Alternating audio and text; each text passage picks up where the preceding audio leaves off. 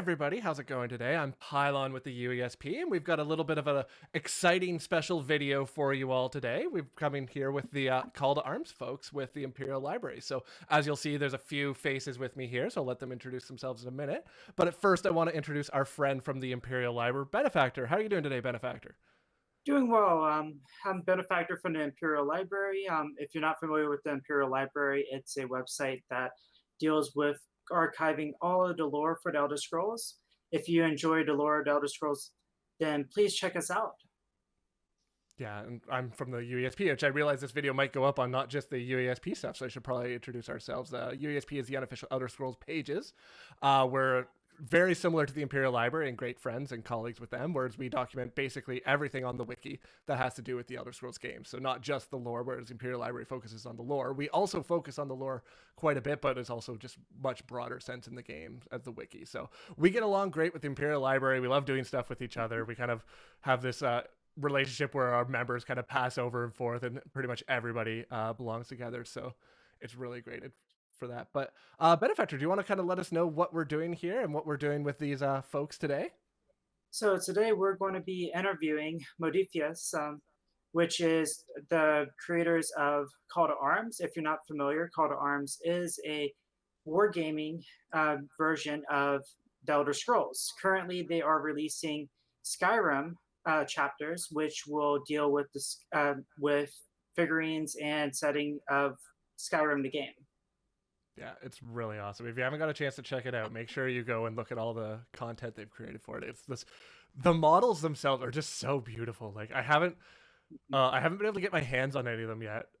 It's been because it's 2020, everything's a little bit harder this year. So I've been looking to get some of them, but even like some of the ones you released recently, the dragon, oh my gosh, it's beautiful. So kudos to that. But yeah, we want to get a chance to talk to you guys because you're kind of the newest members of the Elder Scrolls family, which is kind of fun. I think you're realistic. You are the most recent game to come out that's Elder Scrolls themed, so that's really exciting. So why don't I introduce you guys? We'll start with Gavin. Gavin, do you want to introduce yourself and what you do with Modiphius? Yeah, sure. Hi, I'm Gavin. I am the line manager for the Elder Scrolls line. I'm senior project manager at Modiphius, and I'm also the business visionary for the Elder Scrolls line as well, which means that I'm the one who pitches all the ideas for the new sets and new supplements and so on and so forth to Chris, and he's the one who gets to tell me, no, that's a terrible idea, we can't do that, or that's amazing, make me 5,000 of them. And that's me. Awesome. And then Chris below.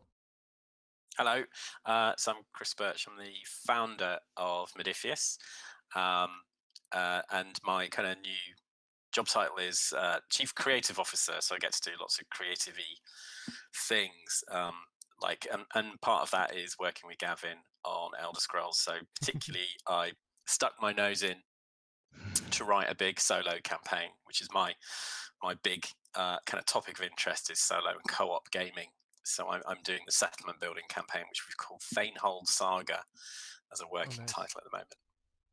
Yeah, that was one of the things when I was first heard about the Call to Arms that really excited me because one is 2020 and we're not getting together with as many people and going to the game workshop style stores as much as we used to be. So hearing that there was going to be that solo element to Call to Arms was really exciting for me because I was like, oh great, there's something that I can really get into because I've got 3 kids now. I'm trapped at home. So I'm not getting out nearly as much as I used to, but it's really nice that there's still an element of the gameplay that people can get. I think it's just COVID has brought to the front the fact that actually there are a lot of people at home who don't have a lot of time for gaming, and it's amazing to see so many wargame designers churning out a quick and dirty or a proper detailed solo companion of some form for their systems. I mean, God, even Games Workshop put out a solo system for Age of Sigmar in the last issue of White Dwarf, I think. Which is, I was like, yes, they're copying us finally. I know it's like the imitations this year, sincere form of flattery kind of thing. Of course, yeah. Like, okay, clearly got the idea from us anyway. But so it's and when I was a kid, which is a long time ago. I grew up in a town without any wargamers, and I'd be lucky to get my parents to drop me over to the nearest town. I'd go and play old historical war games in a pub with 25mm Napoleonics or 6mm modern. Well, not very modern now, but and it was very, very hard to get a game in. So I would write all my own solo co-op gaming systems and just kind of figure out how to play myself. So it's so I've kind of kept that all the way since we launched Fallout and now Elder Scrolls. So I was like, it's got to have a great AI. It's got to have great AI. That's brilliant. I love let's that. make that a key thing about it. Yeah, it was always built into the rules from the ground upwards that there would always be a solo component to it.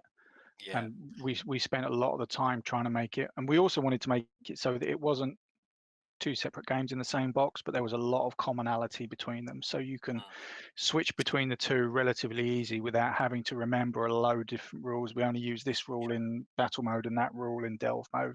There are of course differences, but we wanted to make sure that the transition between the two would be as seamless as possible, because then you can easily use both of them in any form of campaign play, which is something that Chris has picked up in Fanehold as well.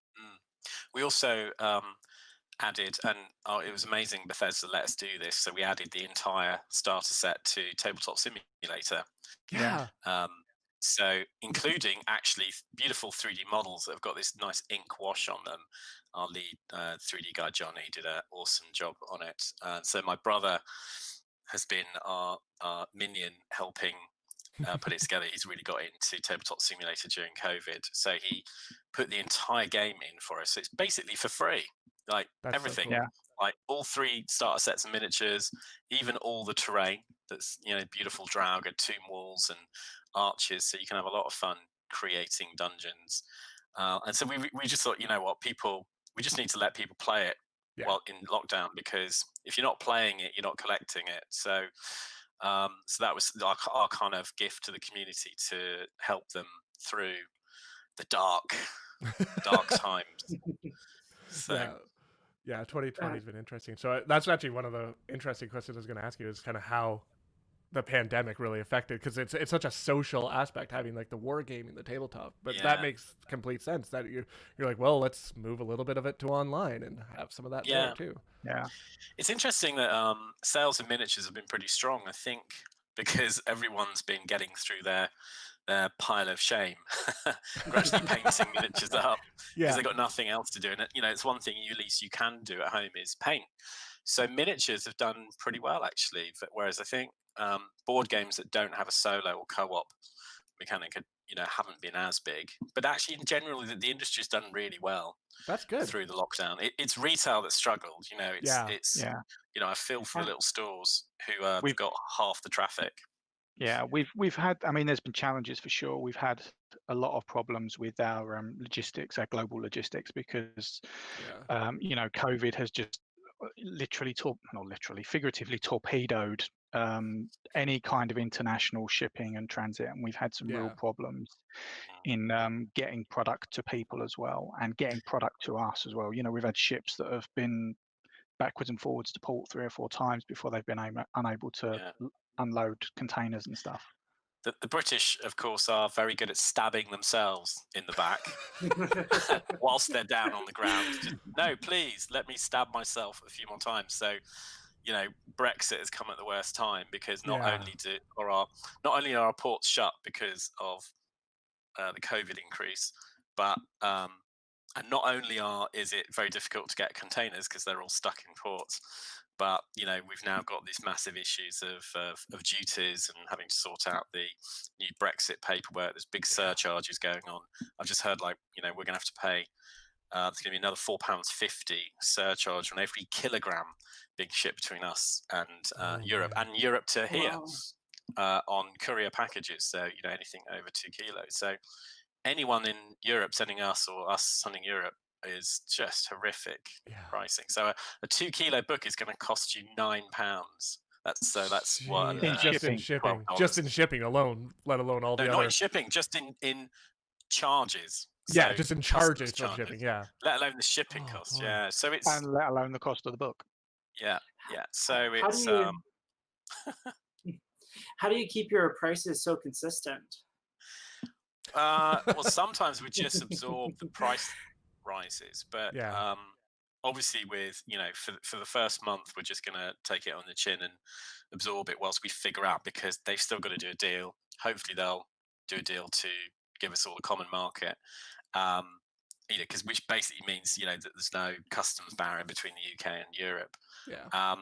And if they don't, then we'll just open a warehouse over in Europe and ship stuff in, and then we won't have all those charges, But one of the advantages we do have is that we have our own in-house miniatures manufacturing facility down in interesting. Cornwall as well. So all of the resin miniatures are produced in the UK. Oh, that's awesome. Yeah, and plastics are produced by our partners in China. Yeah. Which is which is really nice, because it means that we can turn the resins around really, really quickly. And the plastics we tend to have to order in large batches anyway. Yeah. Because of which is why we're not doing more plastics at the moment, because of China's shipping issues and cost issues. So it's but the great thing with resin, doing your own resin, it means you've got more control of the costs, and at the moment there won't be any changes in product prices, but we don't know what's going to happen with Europe. 2021 is going to be an interesting year across the great thing board. between here and the US, it's fine. There's no issues at the moment. So there we go. That's the boring bit of the conversation. I don't know. I find this stuff incredibly exciting to talk about. Okay, let's get into something more interesting then. How did Call to Arms come about? Were you Elder Scrolls fans before, or was your previous relationship with Bethesda just evolved? Well, we started with Fallout. That was our big thing, and it was enough for the first deal was like, let's do Fallout, and we did a really good job with that. We must have done like 500 sculpts. There was only like 3 or 4 that they had a problem with, often because the model's based on some guy's girlfriend, or it was, and all of a sudden it's like, she wants it to look like her, not like the game model. And or it's there was the sentry bot that, for example, that the head was part of the body, and the sculptor wanted the head is quite an important feature of the character, and they wanted it to be a separate piece. That was it. It wasn't like the head looks terrible. It was just like, can you make it a separate piece so that they can turn it, and we've had the same thing with Elder Scrolls. They've loved the miniatures, but I once Fallout was established and doing well, I was like, why don't we do the same thing with Elder Scrolls? It's a great opportunity. We've got a great system that we'd rewrite for it. That you love our miniatures that we're doing, and we'd always wanted to do a kind of cool fantasy miniatures game. So it was a bit of a no-brainer. Did you guys approach Bethesda at first to say, hey, we would like to do this, or did they approach you, or was it like an intermediary? We asked them. I think we were up for renewal on our contract, so we were like, hey, when we renew, could we add this in as well? We think we could do a really awesome job with it. Even the original relationship with Fallout, was that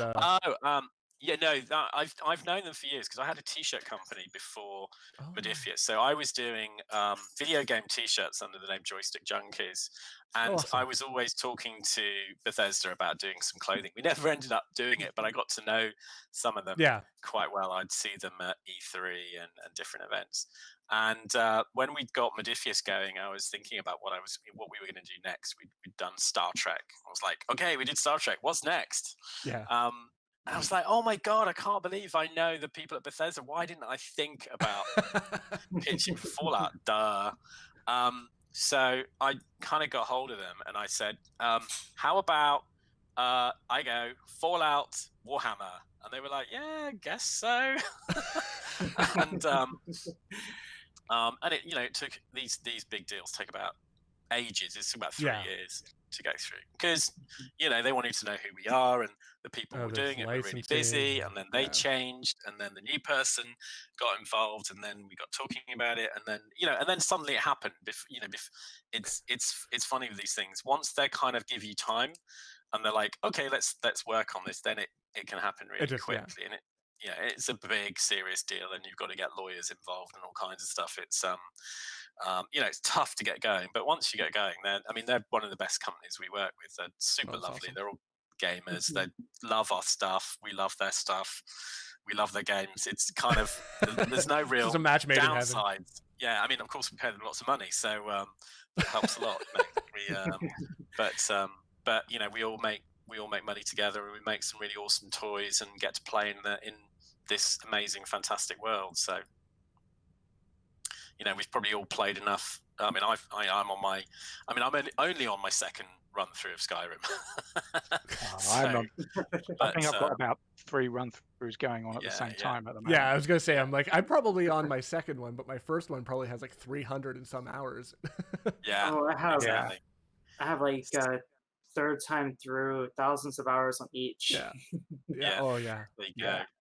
So that's the great thing that we all shared. A lot of this, there's all the shared experience that when you see a miniature, you're like, oh my god, that it's actually them, isn't it? It like actually looks like having that little physical representation of the game that you can hold in your hand. Like as I look at behind all of our screens, there's all these like collectibles and stuff from different game series and stuff like that. It's like, and there's something very special about having that like physical item you can hold versus it just being on the screen and you're playing with it. So that's one of the things like I always loved with like the tabletop and like the wargaming. It's like that physical. Yeah, it's funny that I love playing stuff on Tabletopia. Tabletop Simulator. Yeah. And it's you can get all these miniatures and terrain, and you can set it up and leave it there overnight because you don't have to worry about a cat hopping up. It's amazing, right? We can come back in 5 weeks and the game's still there. It's incredible.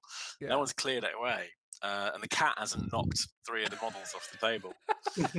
So, but there's nothing, of course, there's something to like actually picking up a miniature and painting it and like building it, and you can't replace that, So, so cool.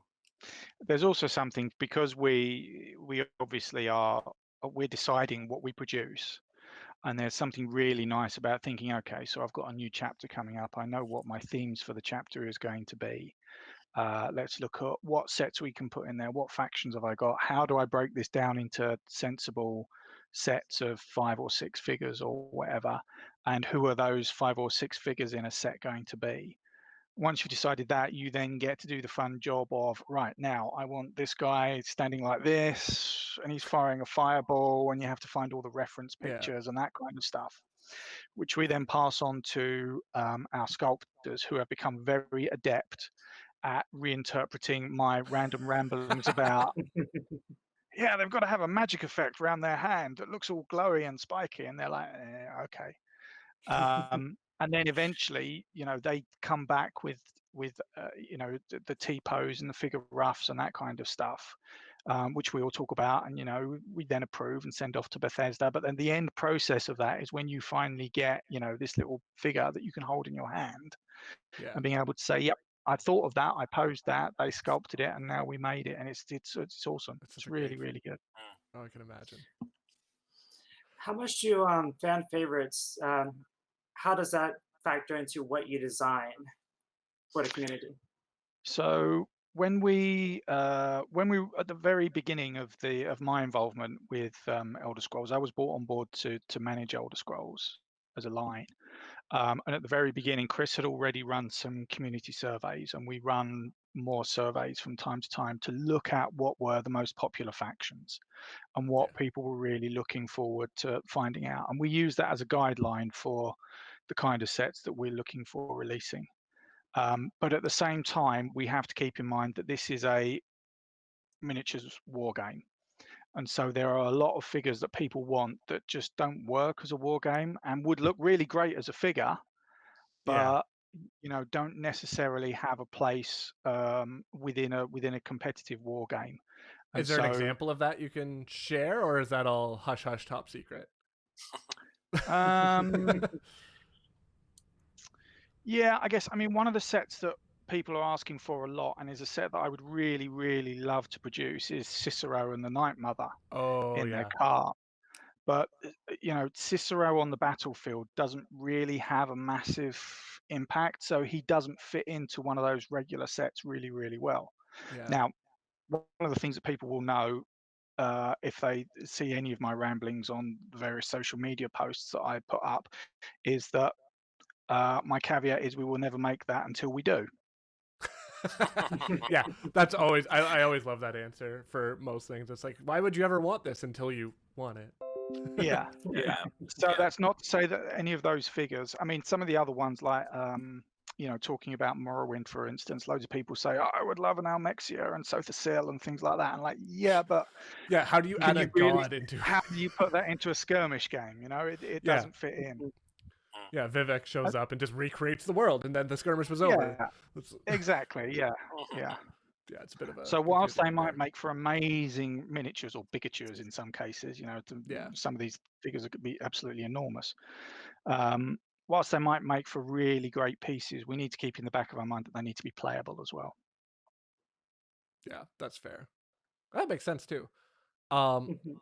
So I guess that kind of brings us to the next question of like, what is the process that you go through when you're starting to design either new models or new campaigns or scenarios? Like, what do you start with? Do you kind of just feed through some information, or?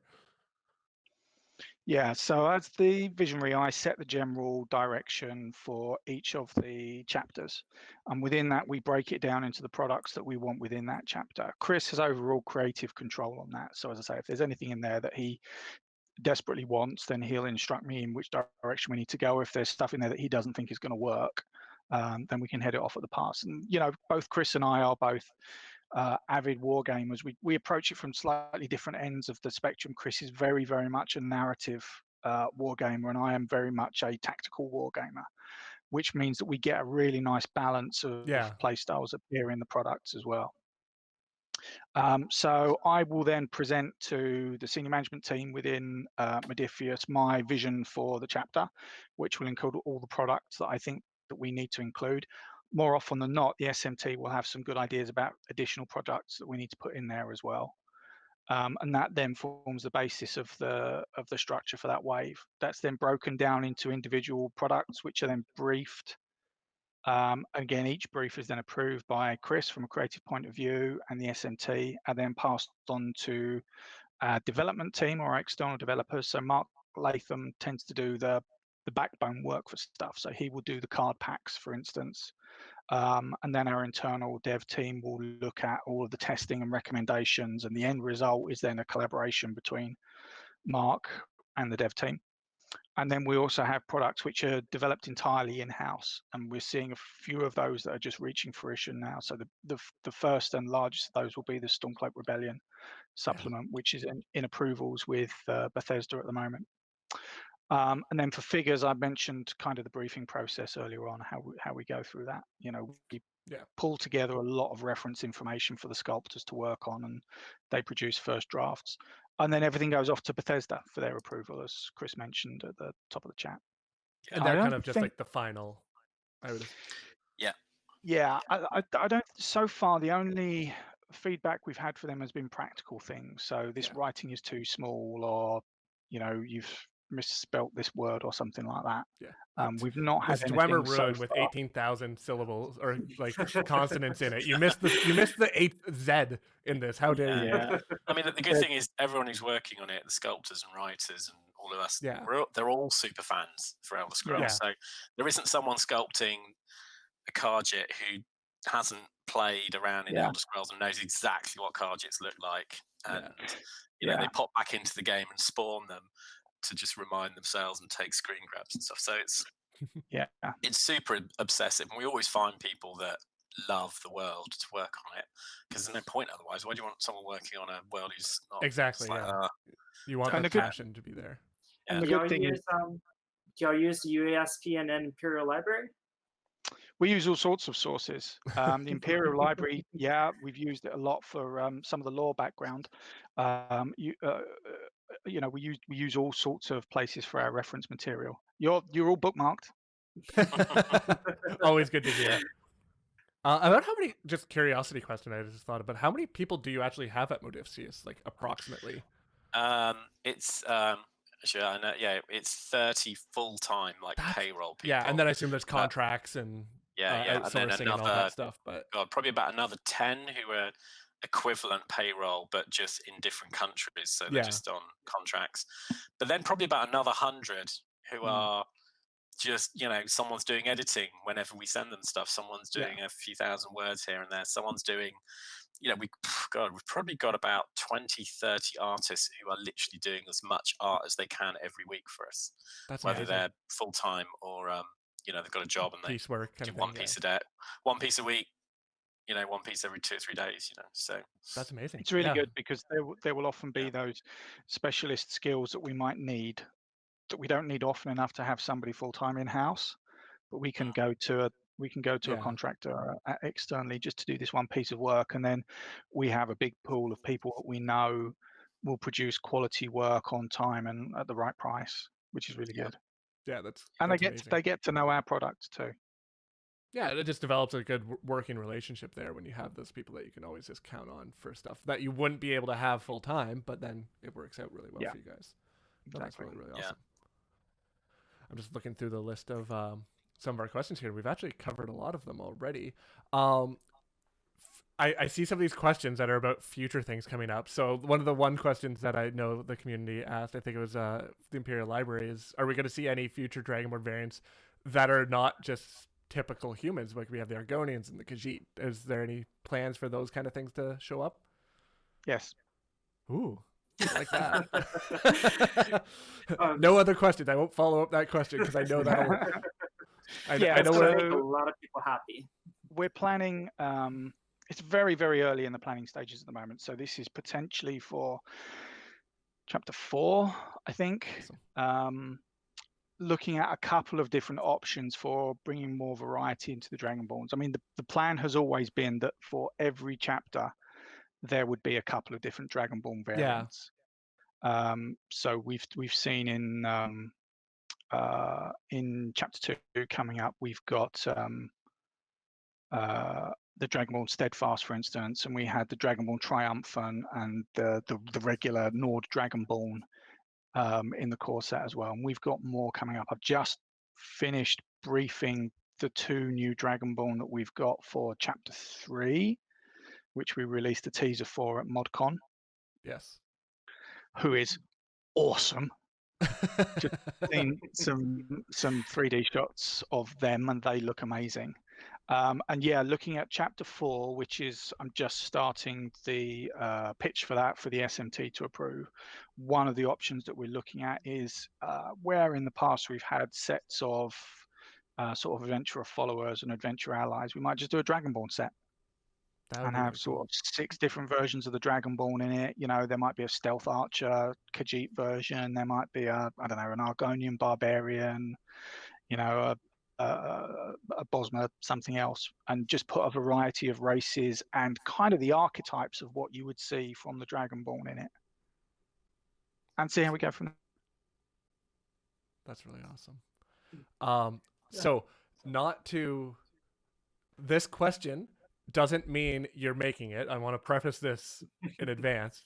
But are there any areas of the Elder Scrolls games that you really want to make something for? We, as you said, we know that there's stuff that you can make, but is there any areas that you've ever been like, oh, like I really want to build like the Battle of Red Mountain or like something like that from Elder Scrolls kind of history that you've wanted to, but maybe you can't, or it's just hasn't been the right time, maybe in the future? Yeah, I mean, I think we're not going to stay in Skyrim forever. Yeah. We'll move on to different ages in the future, or maybe a little sooner than the future. But we will move into other ages, certainly. And I mean, my first exposure to the Elder Scrolls was Morrowind. That was the same as me. And so that was, you know, I loved Morrowind and I loved the design aesthetic of it as well. Yeah. So at some point we'll be moving on to Morrowind. And of course, there's, you know, there's still live Elder Scrolls games at the moment. You know, we've got Elder Scrolls Online. We know that Elder Scrolls 6 is, you know, the next coming version sometime. of Elder Scrolls is coming sometime. Yeah. So yeah, I mean, but for me, if it were anything, I mean, my dream product is a build your own Dragonborn set, is a multi-part plastic Dragonborn. That would be really set. cool. But there's lots of challenges involved with doing that, and it's really, really not easy, and it's something that sits on our back burner. Yeah, I can imagine. It's just hard to do. because Oh, if yeah. you can imagine, you'd need so many parts that to give the different options that you'd either have to have a set, I guess, that could make like 6 different models from Yeah. all kinds of like body Oh, yeah, that'd types. be. Like I feel if like you you'd have an be. Argonian in a robe versus an Argonian in armor, and Yeah. it's like It'd be hundreds of it's, pieces. Just to Yeah, throw out an it'd be- idea, if you get to the Shivering Isles, you already have one model, which was the astronaut that guards the gate that you rebuilt, and he has different parts. So maybe some inspiration for you. yeah, very true. Yeah, and there's so much we can do. I mean, as you know, there's so many awesome like types of gameplay. Like, Yeah. I want to do bigger battles. I want to do longer campaigns. I want to take people on kind of epic journeys with with a handful of warriors, and you end up with an army. So there's all kinds of fun stuff we can do, inspired by all those great books. And the kind of stories of battles. And if you, especially when you look at some of the the great concept art from Skyrim. Clearly, they've thought, beyond just one hero running around. So it'd be great to replay that. That's a great segue into our next question, actually. What are your thoughts about wargaming for the purposes of telling a story or interacting with a world? So for me, because I know there's so many war games that do the competitive gameplay very well. There's no point trying to compete with that. And I come at wargaming from a storytelling perspective. So I'm looking at what story can I tell with the board and the miniatures and the components that we've got, and where can we go with this? Because I'm not really bothered about winning. And my challenge to us is always, what if we can make a story or a scenario where you actually don't want to win, because it would be more interesting to lose the battle because of your story gets to evolve. And you could argue that the beginning of Skyrim games is you lost the last battle, right? You start off as a prisoner. Whatever happened, you lost.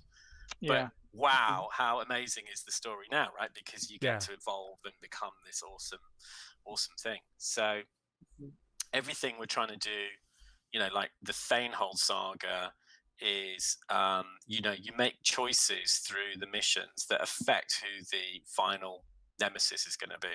They might be completely different based on various choices you make. The final scenario is going to play out differently depending on choices you make, depending on how you decide to train your troops as you build them up, how it's interesting choices you make as you discover things affect who your background is, like who were your ancestors, why were they important to this story. And so that's why I'm trying to build that into our I see the war game as a storytelling exercise that yes, you can have a great one-off dungeon crawl with you and some friends against a bunch of Draugr or raiding a Stormcloak camp, but I'm much more interested in the campaign storytelling, because Elder Scrolls, like any other great RPG, is this big long story, and I'd like to think that we can give you your own miniature world to evolve through and discover things about. So we're going to be seeing a constantly evolving product line that we're not we're trying to experiment with different things. We're going to go in different directions and try some really cool ideas. So hopefully it'll give lots of people plenty of stuff to play with. That's awesome. I love that. Yeah, that's such a good outlook on everything there. Yeah. Awesome. What about you, Gavin? Yeah, so I mean, I come at it from a slightly different place from Chris, and I'm, as I said earlier on, I'm much more of a tactical wargamer. So I enjoy kind of the intellectual exercise of using the units and the troops that I have to the best of their abilities. But I'm not right, you've got 1,000 points, I've got 1,000 points. Let's put down 2 woods, 2 hills, and a house. And I line up this side and you line up that side, and off you go. I'm much more interested in interesting scenario design that really tests people's ability to think, not just their ability to create the perfect army list. So I like those scenarios that are unusual. Those battles that are a bit asymmetric, maybe, that where your objective, going to something that Chris has said, your objective is not necessarily just to beat the enemy, but you have an objective you have to achieve, which you may be able to do without engaging. Maybe you've got to preserve your force, or you've got to exit off the battle, or you've got to hold this position until you're reinforced, or something like that. But the classical tactical conundrums that commanders face, that aren't just we're two equal enemies and we're meeting in a meeting engagement and fighting in the middle of the field. That doesn't really hold interest for me. I much prefer something that will give you an interesting game. Yeah, that makes sense too. Yeah, because that's one of the like freeing things with wargaming is it's not as rigid of setups as like it's when you have a video game. There's like so many rules based on the actual game itself. Whereas wargaming, you can have a little bit more creativity with it. You can get a little bit more involved with the stories and feel more. It's just such a different scenario, but it's still kind of that same base. I love it. I don't know, just get excited. Yeah, I also think that if you are, I mean, it doesn't necessarily apply so much with Elder Scrolls, but if you're looking at wargaming as a tool to, refight historical battles, you're very rarely going to find a historical battle where the two sides were even, because what sensible commander would engage the enemy on equal terms? I think it was General Patton that said he wouldn't engage without a 5-1 advantage. It doesn't make for a great war game. yeah it's like every game just like, okay, well, let's fight. Oh yeah, so we know this is gonna end. And yeah, you don't want the end of them, like you were saying with like the battles and stuff like that. You don't necessarily want to know what the ending is going to be when you start it. Like there's some historical in lore of Elder Scrolls battles, like we know what happened. You don't necessarily just want to tell that story of like being like, oh yeah, this is when the Nords won. So if you're on the Nord team, guess what, guys? You're going to have a better time. It's interesting that I think historical wargamers were the first real narrative wargamers, because they recreated battles that actually weren't even, to see what would happen whether the other side could win through if there are changes better they made choices. Yeah, and they weren't, historical war games are typically, when you're refighting games, are not balanced at all from a points perspective. So it's quite interesting that it's, and I think that's more interesting. I'd rather be on an outmatched side, it's like it's a chess puzzle. Yeah. It's like, how do you get out of checkmate? Okay, wait a minute, I've cracked it. If I do this and this, I can hold out long enough and get off the board with half my force and get a minor victory. Whatever, it's that puzzle that you want to get through. I also think that something that Chris is saying about, sometimes being defeated can be more interesting than winning easily. If you look at the classical hero's journey, I think Ramsey Campbell talks about the hero's journey. Part of that is being defeated. It's the end of The Empire Strikes Back. It's at the low point before you rise up to your triumph, and that makes for really compelling storytelling. When not everything always goes right for the hero or the heroes. And overcoming adversity like that is a really, really great storytelling mechanic. What are the other questions we want to do? Is there any, what is one of the things that you're most proud of from Call to Arms? Like if they're like a specific figure you've made or mechanic you've kind of told with them, like I know that you love the fact that you've brought that like single player element to it, but is there anything specific that you kind of like, you have like, you look at, you're like, yeah. The dragon, I mean, we always knew we were going to be doing a dragon. We need to talk more about the dragon in a minute too. Chris was very, very clear that there was going to be a dragon. You can't not make dragons in Skyrim, right? You can't not have a dragon. Doesn't matter how big the game is. It's like so finding a way to bring the dragon to the tabletop in a way that is, first of all, that it isn't just half the tabletop. And also in a way that means that you can have it there and fight it and feel like it feels in the game as well. And the rules for that are still under development at the moment. We're still tweaking them, but I think it's going to be a really, really, really, really great experience for people. And personally, I also really like the oaths as well, because that was the oaths were my idea. So I'm really pleased that they got in. Yeah, I thought the oaths. Do you want to explain the oaths for anybody that might not know kind of what they are there? Sure. So it's not a revolutionary idea. There's plenty of other systems that use it, but we've adapted it to Skyrim. So the idea of the oaths is that you can, before the battle starts, each side may have their own oaths, or they may be a common selection of oaths that they can choose from. That will be essentially your hero swearing that they will accomplish something during the mission. So it might be, I will slay the first enemy, or you know, in the game that Chris and I played recently for ModCon, we had 2 oaths, which were that we would kill an enemy before it got past a certain piece of terrain, and we would kill an enemy by dropping a giant portcullis on it. If you achieve those oaths, So specific. yeah, it's cool. Well, there's 2 gaps that the enemies have to come through, and you Yeah. can drop portcullis on the gap. If you achieve those oaths, you get extra victory points. But if you don't achieve the oaths, you lose victory points. Oh, And you know, in the back of my mind, I always had the 2 songs that you hear everywhere in Skyrim, which is, you know, the Dragonborn comes, which is exhorting the deeds of the Dragonborn, and then there's Ragnar the Red as well, that talks about this boastful hero who is not all that he could be. yeah. And you know, I always had it in the back of my mind that when we move on to campaign stuff, for every oath you succeed at, you know, maybe you can assemble them into like epic poems or something. You get 4 of them together, and you get a bonus. But the flip side of that is that if you keep failing your oaths, people will start writing nasty songs about you, and you can lose reputation or something. So that's something that I'm really proud of. I hadn't thought of it as the idea of like these are basically like lyrics from some of the bard songs, and that's what they're gonna sing. This is the triumphant thing, or the terrible mistake you made. Yeah. I love that concept. That's great. Dragonborn the rubbish, he ran away.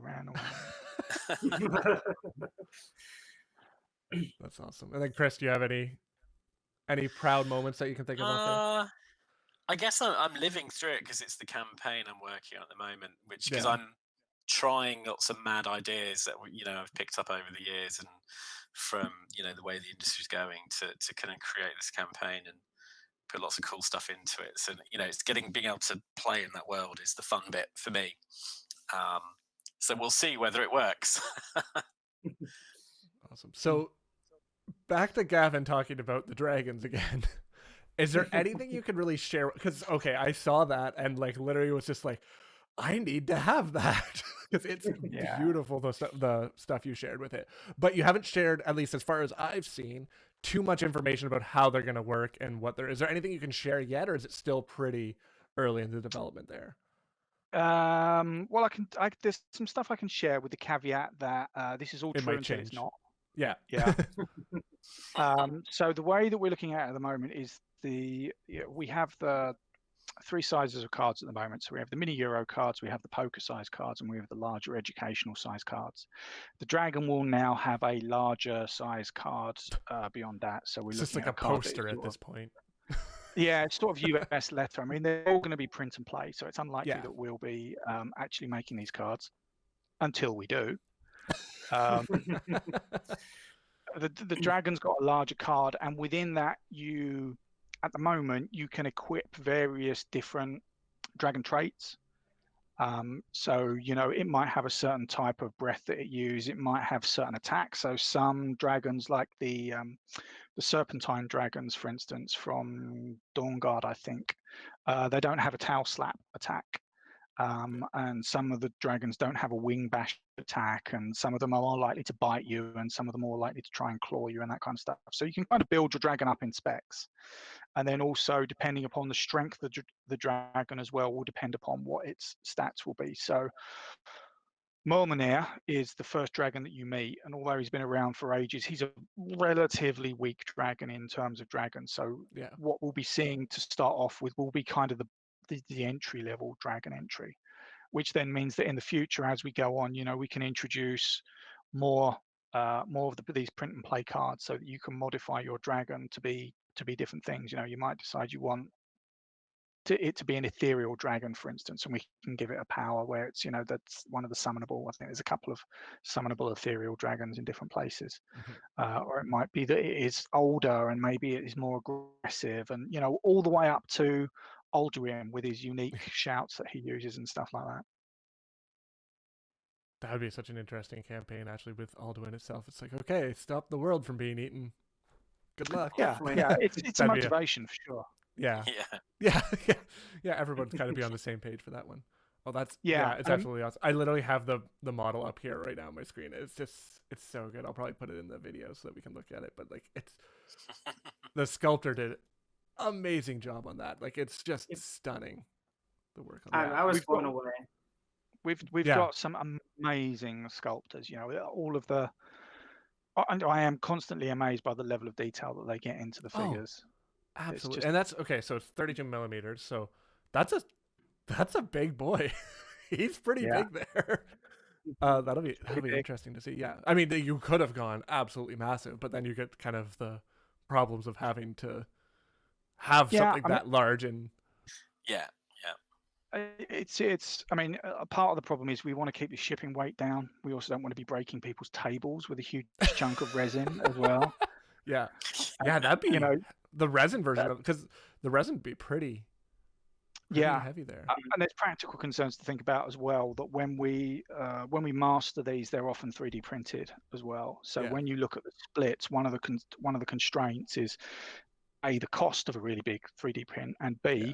finding a print bed that is large enough to be able to print large pieces Yeah. of miniatures like this. So you always have to keep it in the back of your mind. How are we going to manufacture this Yeah. when it's complete as well? You know, having a dragon rearing up with its wings outstretched is great until you can't fit the wings on a 3D printer bed without Yeah. splitting them half down the middle.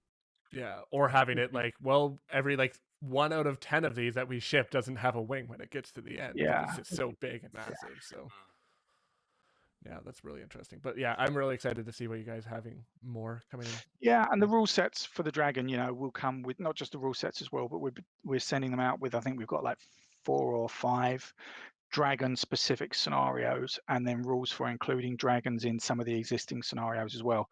I know he's going to make a guest appearance in Thanehold as well, I think, Chris. Maybe. Maybe. But it also Blink gives us twice for it.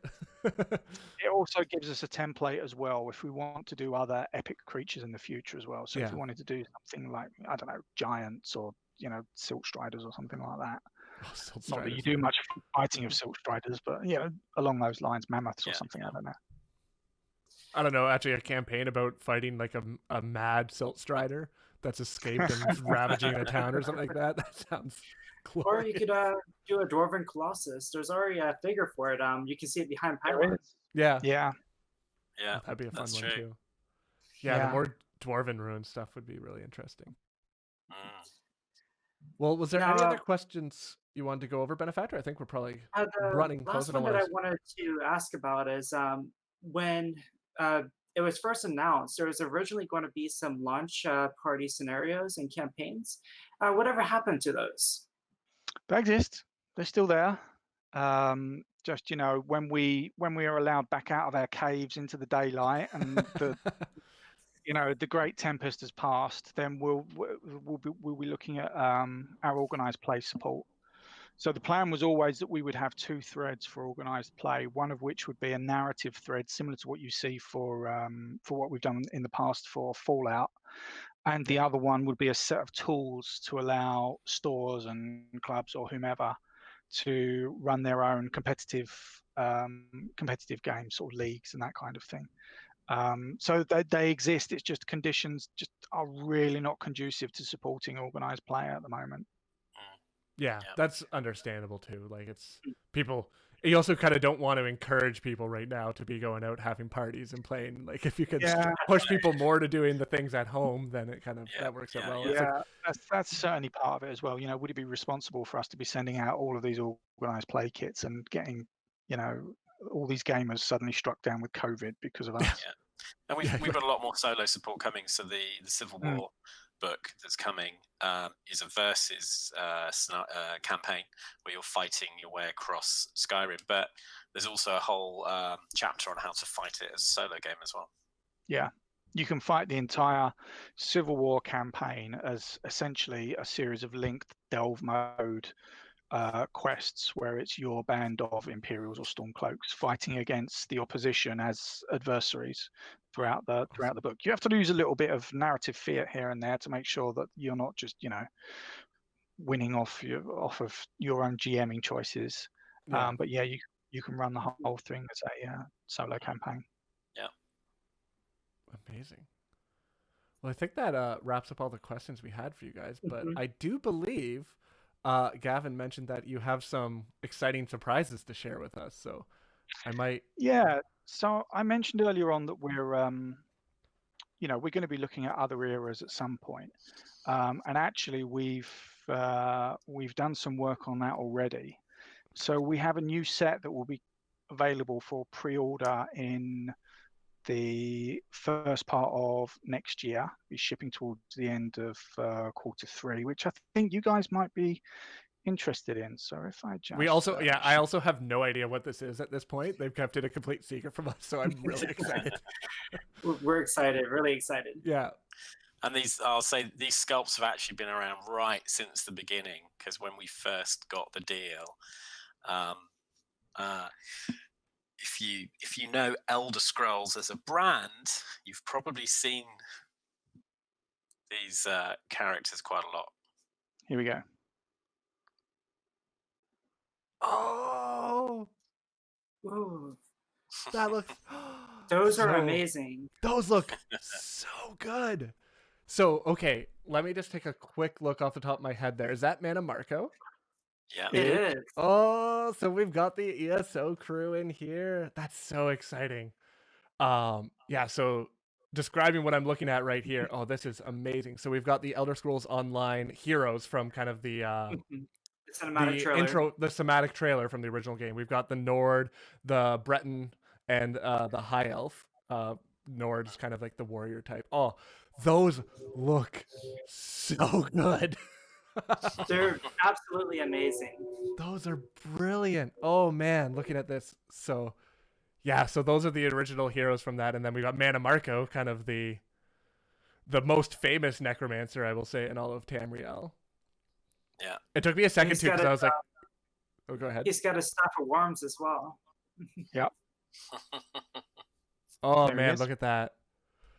Oh, be still my wallet. Just looking at these are absolutely stunning. So yeah, he's just going through Mana Marco, and now we've got the elf. Do you guys have names for these characters at all, or are they just their official names are the Nord, the Nord, Breton. the High Elf, the Breton? Doesn't the Elven Sorceress have a name? I've got a feeling, because she's featured in quite a few videos now. Yeah, I don't think she has a name that we've ever heard. That's what I was just curious about. She looks exactly like the actress from Lost, Evangeline Lilly. I've always thought, like, looks identical to, which I always thought was really funny. So like in my head, that's been her name. Yeah. Oh, these are absolutely stunning, though, guys. I'm amazed. Yes, they'll be available first quarter next year, and we're also going to be releasing a little mini expansion for them as well. So you'll have all of the stat cards for Mana Marco and for the Staff Worms, and for those guys, with a few scenarios for them as well. Yeah. So you better use them as adventurers in the game, of course. Up to you if you cross the streams, but down the line, of course, we plan to return to ESO. That's so cool. And it kind of makes sense. Yeah. We don't know that the Vestige from the Elder Scrolls Online actually can die. So is it possible that they'll still be living in obscurity somewhere as these crazy powerful creatures in Skyrim? So I mean, their power level is much higher than the heroes and the characters that we've seen for Skyrim so far. So you can absolutely use them within your Skyrim games, but they are monsters. I can imagine. I mean, the three Mana Marco is designed to fight the other three by himself. Oh wow! Oh, well, wow. Understandably, which tells you a little bit about his sort of power level. I will say that y'all are doing justice to Mana Marco that I'm really happy about. I'm glad you didn't go with the Oblivion version. Yeah, yeah, that's not really Minimarco though. It's just a guy who calls himself Minimarco. Mhm. Yeah. Oh, this is absolutely exciting. Wow, I'm a huge Elder Scrolls Online fan myself, so seeing that alone just is extraordinarily, like, the hype I have right now for that. I'm really glad you guys are digging into the second era I'm sure a the little Elder bit too. Scrolls community is going to love this. Oh, definitely, yeah. Because those I think I have like the Funko Pops of all those 3 characters right behind me too, which is kind of fun. Great. So it's like having the actual models. So you said there's going to be in the future an expansion within that timeline of Elder Scrolls Online. Like, you're just releasing the characters for now, and in the future you're going to do the expansion that we're looking at focuses on those 4 characters, and actually Nice. it's based around some of the action that you've seen in the cinematic trailers as well. So you'll see amazing. some scenarios that reference those, and it may well be that they use some of the miniatures from elsewhere within our Call to Arms range. So for instance, I think it was the Morrowind trailer that had a load of the Dwemer animalculi running around with the spears and what have you. Yep. So we're the spheres and the Centurion and the spiders are all part of our next release chapter. Amazing. That we announced on Con. Yeah, what about the story? In there too. There was a warden that was a part of that trailer as well. Yeah, so we do still have some more. We do still have some more sculpts for Elder Scrolls, because as Chris said, there were some of the earlier sculpts that we did, but then we decided to focus on Skyrim. So yeah, you might see the warden at some point with his bear. I was just like, yes, there was. Zip. I like that. That's so exciting, guys. That's going to be a really big. I'm excited for you guys to get that out there too, because I think that'll be a big hit with the Elder Scrolls community at large. Just look like as soon as I saw those, I was just like, wait, no. Oh, it's so exciting. Yeah.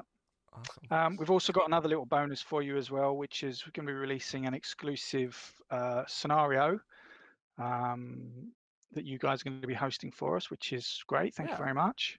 Yeah, you'll be able to find that on the Imperial Library site to begin with, and I think we'll be throwing it up on UESP after a little while once we get it all documented there. But since Benefactor did so much work getting this all set up and working on it, it makes sense to have it all there first, which is great.